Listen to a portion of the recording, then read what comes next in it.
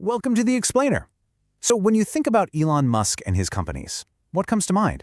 Are we looking at pure genius in action, or is it maybe a grand, complicated illusion? That is exactly what we're digging into today, breaking down the huge ambitions and the sometimes harsh realities of Tesla and SpaceX. And it all kicks off with a vision that, let's be honest, sounds like it's straight out of a sci-fi movie. Building a full-blown colony of 1 million people on Mars. This isn't just a vague idea, it's the stated goal, a Mars shot that's meant to completely change what we think is possible for humanity.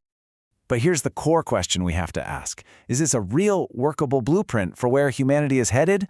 Or is it actually a dangerous illusion, an impossible dream that comes with some enormous hidden costs we're not talking enough about? All right, so let's get into it. To really wrap our heads around this, we first have to understand the sheer, world-altering scale of the vision. We are not talking about small, incremental changes here. This is about a total rewrite of our future, and it's being driven by two very distinct but deeply connected missions. First up, Tesla. It has never been just about building cool, fast cars. The official mission is way, way bigger than that. It's about fundamentally re-engineering our planet's entire energy economy, from how we make power to how we use it to get around. And then you've got SpaceX. If Tesla's mission is about saving this planet, SpaceX's is, somehow, even more audacious. Its goal is to create a backup plan for humanity itself, a second home on Mars. It's an ambition that forces you to think on a scale that's, well, civilizational. So how on earth do you even begin to tackle goals this massive? I mean, they're just huge. Well, the answer really lies in the strategic blueprint, these really clever and kind of unconventional business models that are powering the whole machine. Tesla's business model was never some big corporate secret. They literally published it for the world to see as the master plan. The whole strategy was this calculated three-step cascade. You start with a super expensive sports car for the early adopters, use that money to fund a cheaper, higher volume car, and then use that money to finally create the affordable one for everybody. It was a brilliant way to make electric cars a mass market thing. SpaceX's success, on the other hand, really hinges on this core principle called vertical integration. Basically, it means do it all yourself. In an industry that's famous for outsourcing parts, SpaceX chose to build almost everything in-house. The rocket engines, the software, you name it. This gives them incredible control, lets them innovate way faster, and most importantly, helps them slash the astronomical costs of launching things into space. So the vision is grand, and the strategy seems pretty solid. But this is where our story takes a really dramatic turn. Because when you start to run the numbers on what it would actually take to power the entire globe with renewables, a very, very different picture starts to come into focus. An energy system modeler named Schalk Clody did a super deep dive on Tesla's Master Plan Part 3, which is their blueprint for a sustainable global economy. And his conclusion is stark. He calls the plan a deceptively dangerous notion, arguing that it paints a picture that's way too optimistic and ultimately totally unrealistic. According to his analysis, the plan wouldn't just be a little more expensive, it would be fantastically more expensive. It would need a staggering annual investment of $7.1 trillion. That's just to sustain the system, and it is far, far beyond what Tesla presented. And this chart, wow, it really puts it into perspective. Look at this. On the left, you see the roughly $1.4 trillion we invest annually in our current fossil fuel system. Now look to the right. That's the $7.1 trillion needed for Tesla's proposed green economy. That is about 5 times more money every single year.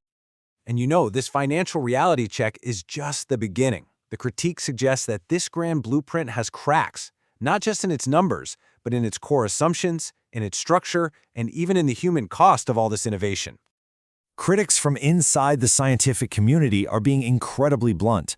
Astrophysicist Adam Becker calls the Mars vision a dangerous illusion. He argues that even a climate-ravaged Earth would be infinitely more livable than Mars. He suggests these plans are really more about escaping our problems than actually solving them.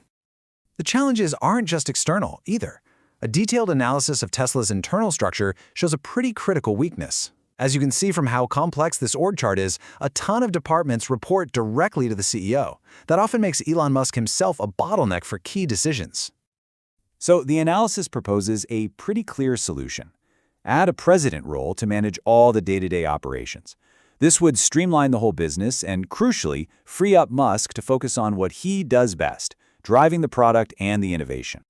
Meanwhile, the reports coming from inside SpaceX reveal a really dark side to its incredible pace.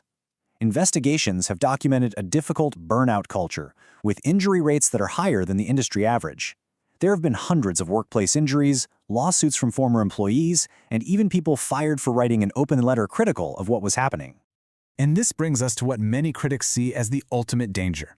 In a time of so much uncertainty here on Earth, the promise of a fresh start on Mars is powerful. It's seductive, but they warn this dream is actually a distraction, pulling attention, talent, and huge amounts of money away from the urgent problems we face right here on our home planet.